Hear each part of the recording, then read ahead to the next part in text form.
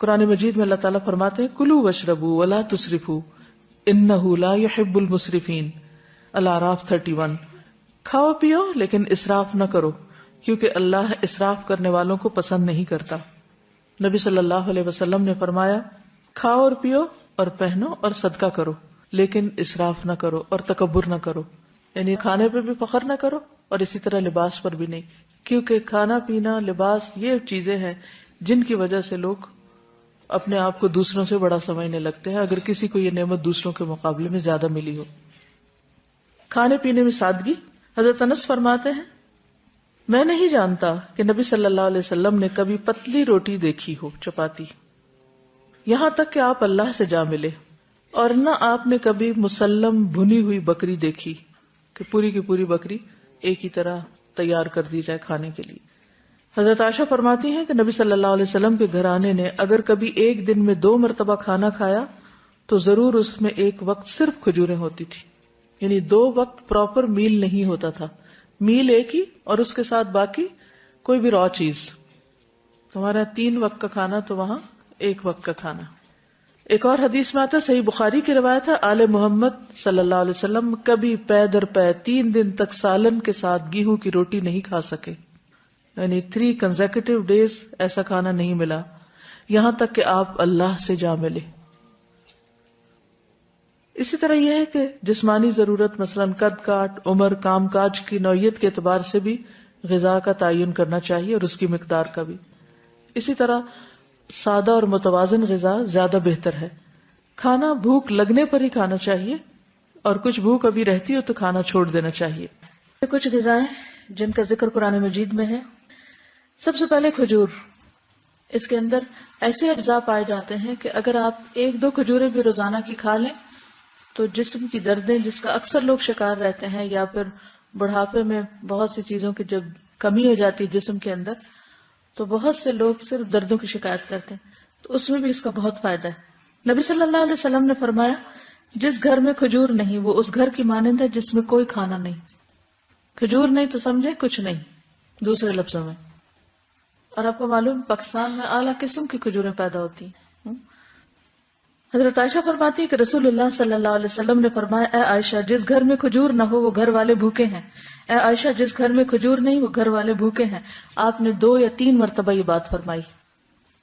تو کیا کرنا ہے؟ کرنے کا کام کیا؟ کھجوریں لا کے رکھنی ہے۔ جب کچھ اور نہ کھانے کو ملے تو صرف کھجور ہر چیز کی کمی پوری کر دیتی ہے۔ کھجور کے ساتھ ککڑی کا استعمال، عبداللہ بن جعفر کہتے ہیں کہ میں نے نبی صلی اللہ علیہ وسلم کو تازہ کھجور ککڑی کے ساتھ کھاتے دیکھی، یعنی اگر آپ کھجور کے ساتھ کھیرا شامل کر لیں، بس صبح میں اگر آپ نے دودھ کھجور لیا اور اگر صبح نہیں آپ کھاتے دوپہر میں لیتے ہیں تو بہترین سنیک ہے، دوپہر کے کھانے کا کام کر سکتے۔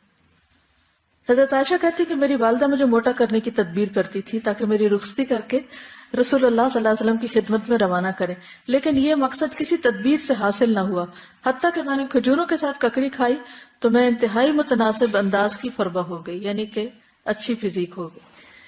تربوز اور تازہ کھجور، حضرت عائشہ کہتی ہے کہ رسول اللہ صلی اللہ علیہ وسلم تربوز اور تازہ کھجور ملا کر کھایا کرتے تھے اور فرماتے تھے ہم اس کی گرمی کا علاج اس کی ٹھنڈک سے اور اس کی ٹھنڈک کا اس کی گرمی سے کرتے ہیں۔ یعنی تربوز جو ہے وہ کھانے میں ٹھنڈا ہوتا ہے اور کھجور گرم ہوتی ہے، تو ان کو جب ملا کے کھایا جاتا ہے تو کوئی نقصان نہیں ہوتا، جو عام طور پہ بعد میں لوگ کہتے ہیں گرمی لگ گئی اور ٹھنڈ لگ گئی۔ ایک صحابی سے مروی ہے کہ نبی صلی اللہ علیہ وسلم نے کچی اور پکی کھجور اور کشمش اور کھجور سے منع فرمایا، ان کو جمع نہیں کرنا چاہیے، کیونکہ کشمش جو ہوتی ہے وہ بھی گرم ہوتی، اور اگر کھجور کھائیں تو ان 2 چیزوں کو ملائے نہیں۔ یعنی اگر آپ کو کھانا بنا رہے ہیں کچھ، کیونکہ ہمارے یہاں بعض ریسیپیز ایسی ہوتی ہیں کہ اس میں دنیا بھر کی چیزیں اکٹھی کر دی جاتی ہیں، تو بعض اوقات صحت کے لیے نقصان دہ ہوتی ہیں۔ دوسری چیز ہے انار۔ حضرت علی فرماتے ہیں کہ انار کو اندر والے چھلکے سمیت کھایا کرو کیونکہ یہ معدے کی بیماریوں کا علاج ہے۔ ہم عام طور پہ صرف اس کا پھل نکال کے کھا لیتے اور باقی سب چیزیں ویسٹ کر دیتے ہیں، تو اندر کا چھلکا کون سا ہوتا ہے؟ وہ وائٹ اسٹف جس کے اندر دانے لگے ہوتے ہیں۔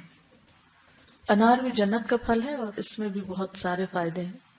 زیتون، قرآن مجید میں اللہ تعالیٰ نے انجیر اور زیتون کی قسم کھائی، والتین والزیتون۔ ان کے فوائد کے پیش نظر روزانہ کم از کم 1 انجیر، 1 زیتون اور خالص زیتون کے تیل کا 1 چمچہ استعمال کرنا فائدہ مند ہے۔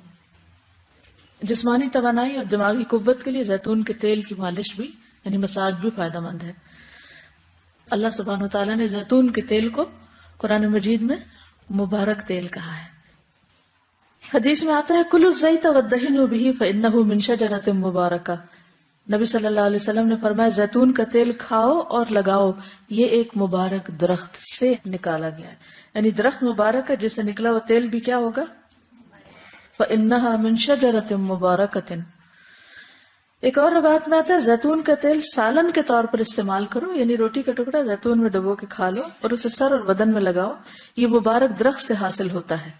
حضرت عائشہ فرماتی ہے کہ رسول اللہ صلی اللہ علیہ وسلم وفات پا گئے اور آپ نے ایک دن میں 2 مرتبہ روٹی اور زیتون کا تیل سیر ہو کر نہیں کھائے. یعنی 2 بار میل نہیں لیا آپ نے، 1 میل ہوتا تھا آپ کا، اور ہر وقت وہ گھی میں لگا ہوا نہیں ہوتا تھا. پیلو کے درخت کا پھل. جابر بن عبداللہ کہتے ہیں کہ ہم رسول اللہ صلی اللہ علیہ وسلم کے ساتھ مر الزہران کے مقام پر تھے، ہم پیلو توڑ رہے تھے. آپ نے فرمایا جو خوب کالا ہو وہ توڑو کیونکہ وہ زیادہ لذیذ ہوتا ہے، یعنی یہ بھی کھانے کی چیز ہے. کدو. فنبذناہ بالعراء وهو سقیم وانبتنا علیہ شجرۃ من یقطین.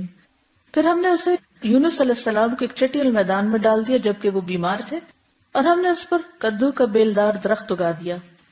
انس بن مالک کہتے ہیں کہ ایک درزی نے رسول اللہ صلی اللہ علیہ وسلم کو کھانے پر بلایا.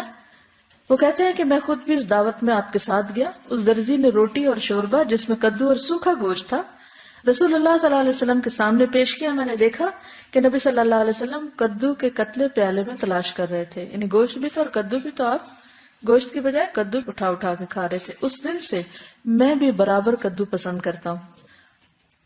حضرت یونس علیہ السلام کی بیماری کے علاج کے طور پر کدو کی بیل اگائی گئی تھی، جس سے ان کے جسم پر جو بھی مچھلی کے اسٹمک میں جانے کی وجہ سے جو ایسیڈک مادہ تھا وہ لگنے سے زخم وغیرہ ہوئے ہوں گے، ان کا علاج اس سے ہوا.